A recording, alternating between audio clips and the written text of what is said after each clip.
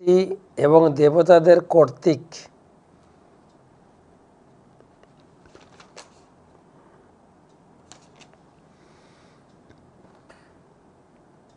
প্রতিষ্ঠিত পরমেশ্বর ভগবান শ্রীবিষ্ণুর আরও অনেক মন্দির ছিল।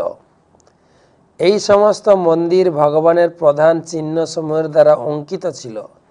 সেগুলি সর্বদাই মানুষকে আদিপুরুষ পরমেশ্বর ভগবান শ্রীকৃষ্ণের কথা মনে করিয়ে দেয়। সেই সমস্ত তীর্থ ভ্রমণ করেছিলেন এবং পাশাপাশি যত মন্দির ছিল মন্দিরে ভ্রমণ করেছেন। বিভিন্ন মন্দির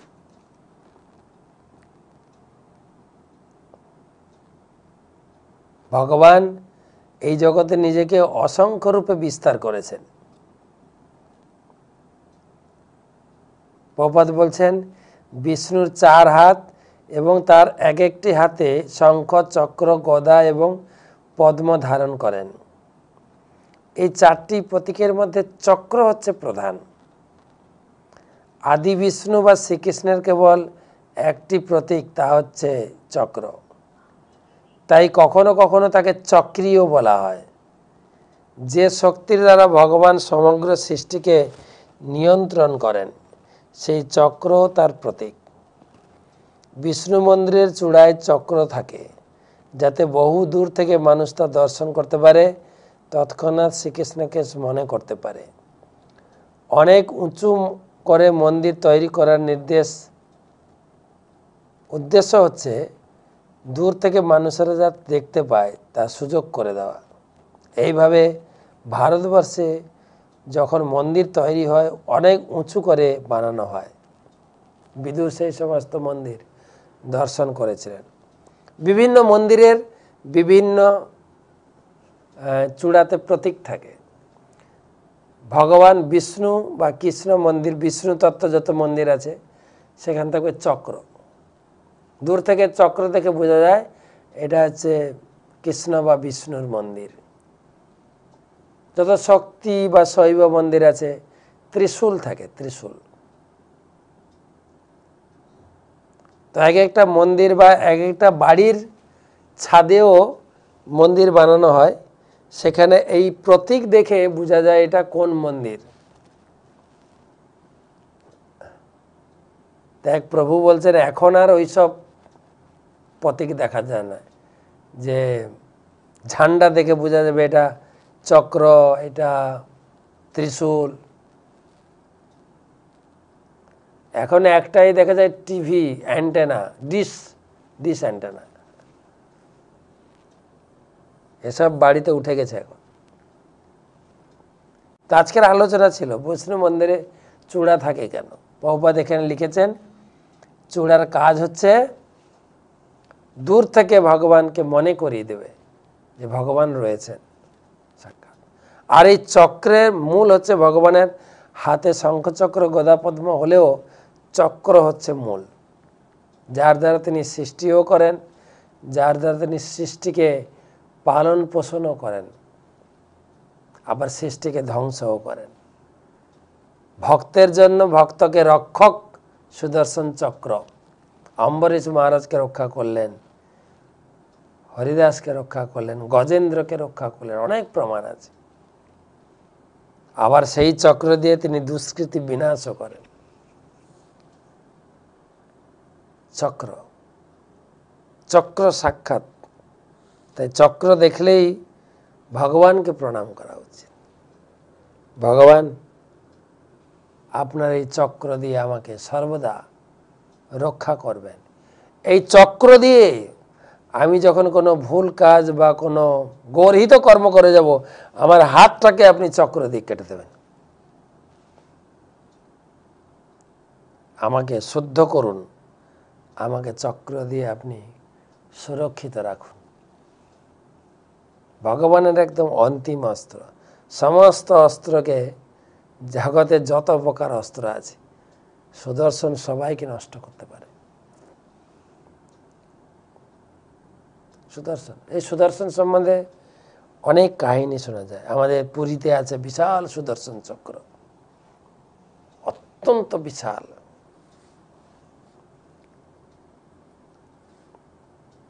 মনে পড়ে এগুলো, সে কাহিনী বলে। দাসিয়া বাউরি কেবল সুদর্শন চক্র দর্শন করতেন, সুদর্শন চক্রতে ভগবানকে দেখতেন। যখন দাসিয়া বাউরি হাত জোড় করে সুদর্শনের বন্দনা করতেন, ভগবান তাকে দর্শন দিতেন, জগন্নাথ। দাসিয়া বাউরি পুরী মন্দির থেকে প্রায় 2 কিলোমিটার দূরে বালিগ্রামে বাস করতেন। বালিগ্রামের দাস বা দাসিয়া বাউরি বলে তার নাম প্রসিদ্ধ। সে ছিল অত্যন্ত গরিব এবং নিচু জাতি, কিন্তু অত্যন্ত দৈন্য, অত্যন্ত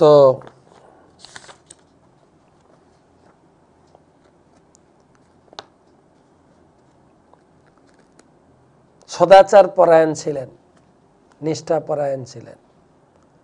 তিনি তাঁত বুনে জীবিকা নির্বাহ করতেন, তাঁতের কাজ করতেন, কাপড় বুনতেন। সেই কাপড় বিক্রি করে যতটুকু আয় হতো, এইটা দিয়ে সংসার চালায়। সংসারে তার স্ত্রী ছিল, ছেলে মেয়ে কেউ ছিল না। এবং ভগবানের কাছে প্রার্থনা করতে, আমার পূর্বজন্মের কর্মের ফলে আমার এই নিচু জাতির জন্ম হয়েছে, আমার কোনো অর্থ নেই, ঠিক আছে, ভগবান আমাকে যে রকম রাখেন, সে খুশি থাকতো। এবং বিশেষ করে ব্রাহ্মণ বৈষ্ণবদের সঙ্গ করতেন, যেখানে হরিকথা আলোচনা হতো সেখানে গিয়ে বসে শুনতেন, যেখানে কীর্তন হতো বসতে শুনতেন। হরিকথা কি আলোচনা হচ্ছে বুঝতে পারতেন না, কিন্তু শুনতেন শ্রদ্ধা ভরে। এইভাবে ধীরে ধীরে তার ইচ্ছা হলো আমি এবার দীক্ষা নেব। দীক্ষা নিয়ে আরও ভজনের প্রতি আরও নিষ্ঠাপরায়ণ হয়ে পড়লেন এবং তিনি উপলব্ধি করতে পারলেন ভগবান শ্রীহরি হচ্ছেন একমাত্র নিত্য বস্তু। এই জগতে যা কিছু সব অসত্য, সত্য এবং নিত্য বস্তু হচ্ছেন ভগবান। এবং এইভাবে আপন মানে ভগবানকে ডাকতো এবং সর্বদা সে সন্তুষ্ট ছিল। এবং মনে মনে ভাবতো, আমি এত নিচু কুলে জন্মগ্রহণ করেছি, আমার কিভাবে ভক্তি হবে।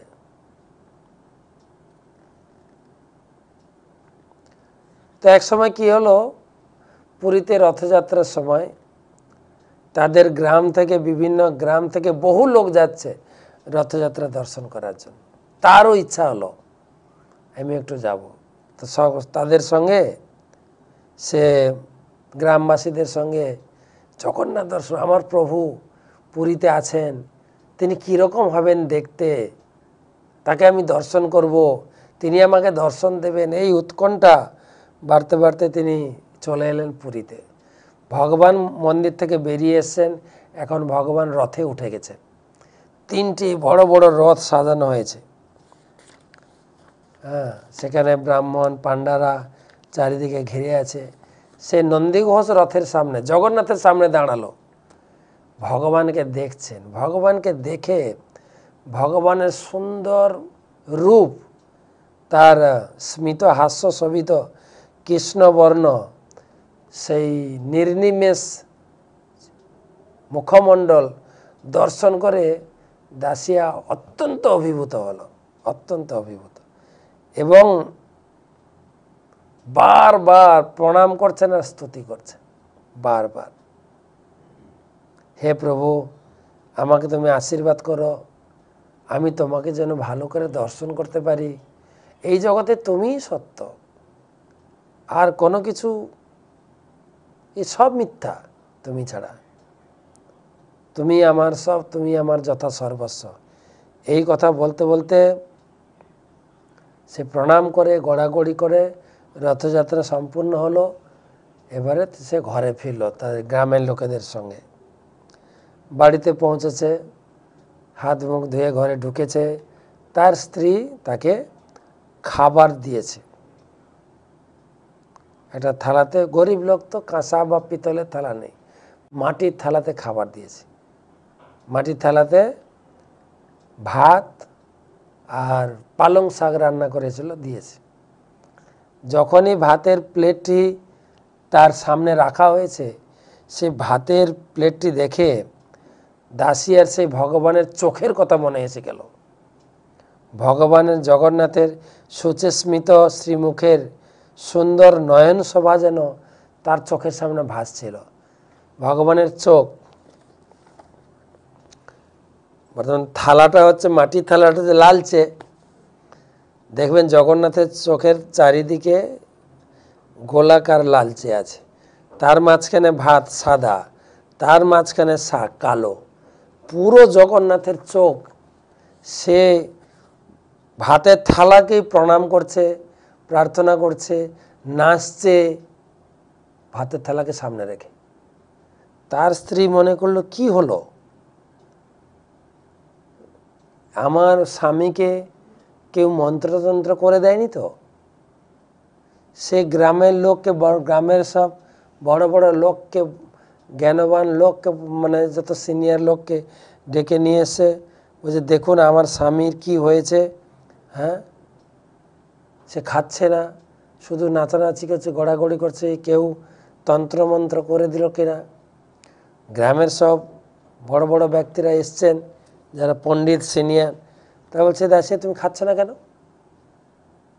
বলছে খাবো কি করে, তুমি দেখতে পাচ্ছ না আমার প্রভুর চোখ, আমি খাবো কি করে? প্রভুর চোখ?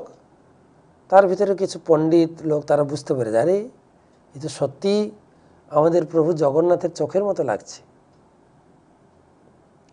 তখন সবাই গ্রামবাসীরা যারা এসেছিল এই দাসিয়ার ভক্তি দেখে বিস্মিত হয়ে গেলেন, যে ভাতের থালাকে দেখে জগন্নাথের চোখ বলে তার মনে হচ্ছে। সেই বন্দনা করছেন, ভাবগ্রাহী প্রভু আমাকে কৃপা করুন, আমাকে আশীর্বাদ করুন। সবাই তখন বলছেন, সেই গ্রামের লোকেরা যারা এসেছিল তার স্ত্রীকে বলছে, আরে তোমার স্বামীকে যে ভূতে ধরেছে বা কেউ মন্ত্রতন্ত্র করেছে, এইরকম যদি আমাদের হতো না, তুমি অত্যন্ত ভাগ্যবতী, এইরকম স্বামী পেয়েছ। জগন্নাথের প্রতি কত ভক্তি। তুমি একটা কাজ করো, এই থালাতে যে ভাত দিয়েছ শাক সব আলাদা আলাদা করে দাও, ভাত একটা থালাতে আর একটা থালাতে শাক দাও, তাহলে ও খাবে। তারপরে ও খেলো। এইভাবে ভগবানের সে বড় ভক্ত ছিল। সবসময় দাসিয়া যখন ঘুমাতো, যখন চলতো, সবসময় সেই পুরীর শঙ্খধ্বনি, ঘণ্টাধ্বনি সে শ্রবণ করত।